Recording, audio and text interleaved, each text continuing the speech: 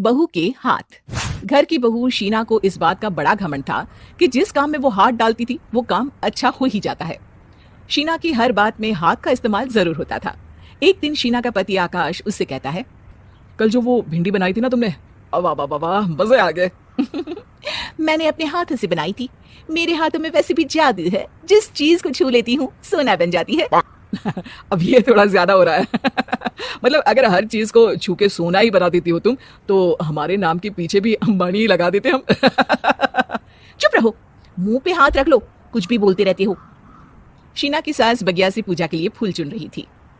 सुंदर, अति सुंदर, कितने प्यारे गुलाब के फूल हैं, भगवान जी खुश हो जाएंगे। मैंने अपने हाथों से जो पौधा लगाया था, मेरे हाथों की कोई भी चीज बेकार नहीं जाती। हाँ बेटा, सही कह रही है, इसीलिए तो तुम्हारे पिताजी से मैंने अपने बेटे के लिए तुम्हारा हाथ मांगा था। और उन्होंने हाथों हाथ में मेरा हाथ आपकी बेटी के हाथ में दे भी दिया था।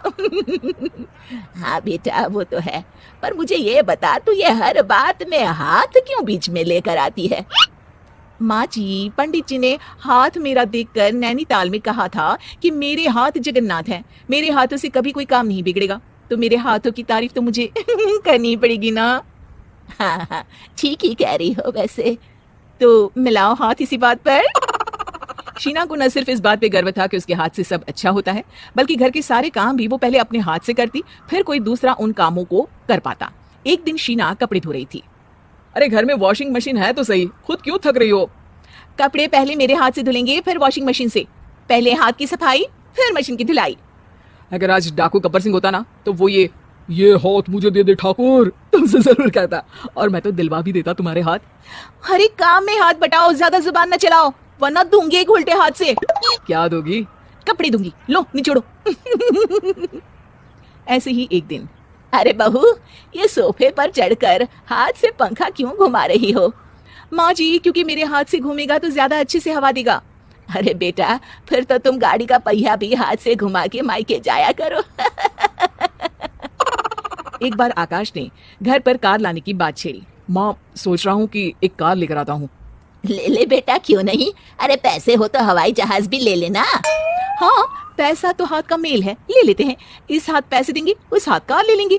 मुझे तो लगता है कि बहू कार भी अपने हाथों से धक्का लगाकर घर लाएगी।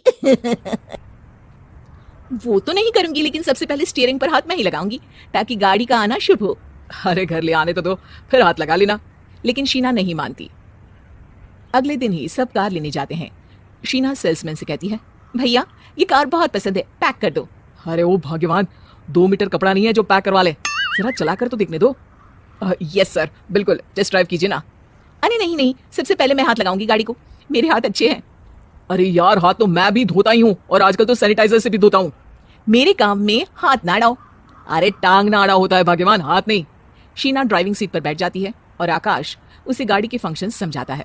देखो शीना, ध्यान रखना, ये है स्टीयरिंग, इसे राइट लेफ्ट जाएंगे, ये है एक्सेलरेटर, इससे स्पीड कंट्रोल कर सकते हैं, और उसी के पास में है ब्रेक, जो तुम्हारी जुबान में शायद मिसिंग है। ठीक है, ज्यादा भी सिखाने की जरूरत नहीं है। मेरी माँ तो कहती है कि मैं अगर अपनी शुभ हाथ लगा दूं तो जग घूम जाए, तो ये स्टीयरिंग क्या चीज है? शीना गाड़ी स्टार्ट कर देती है और स्टीयरिंग को घुमाते हुए एक्सेलरेटर पर धीरे से पैर रखती है, और शोरूम के बाहर के एरिया में ही गाड़ी घूमने लगती है, जहाँ दूसरी गाड़ियां भी रखी हैं। देखा मेरे हाथों का कमाल। अब ब्रेक दबा दो, आगे गाड़ी है। शीना आगे गाड़ी देखकर घबरा जाती है और पांव गलती से एक्सेलरेटर पर पड़ जाता है। कार आगे खड़ी एक बड़ी गाड़ी में घुस जाती है। दोनों कार से उतरते हैं। सेल्समैन भागते हुए आता है। अरे 7 लाख की गाड़ी खरीदने आए थे और 15 लाख की गाड़ी ठोक दी, ओ माय गॉड। आकाश की माँ, आकाश और शीना घबरा जाते हैं। इतना सारा पैसा कहाँ से आएगा? तभी वहाँ मैनेजर भी आ जाता है, पूरा माजरा समझता है। अरे टेंशन मत लीजिए, गाड़ियों का इंश्योरेंस था, आप जो कार लेने आए थे वही खरीद लीजिए, पर मैडम जब तक आप सीख ना ले तब तक गाड़ी मत चलाइएगा। अभी तो आपने गाड़ी बस ठोकी है, जिसका बीमा भी था, लेकिन सड़क पे चलते हर इंसान का बीमा नहीं होता। अरे मेरे हाथों से ठुक भी गया ना तो उसकी जिंदगी बन जाएगी, और अगर चला भी गया तो स्वर्ग ही पाएगा। मैनेजर साहब, मेरे हाथ में कोई दिक्कत नहीं है, वो तो बस पाँव गलत जगह पर चला गया था। शीना की बात सुनकर आकाश अपना सर पीटता है और उसकी सास अपने हाथ से खुद का मुंह छिपा लेती है, और मैनेजर हाथ जोड़कर माफी मांग लेता है।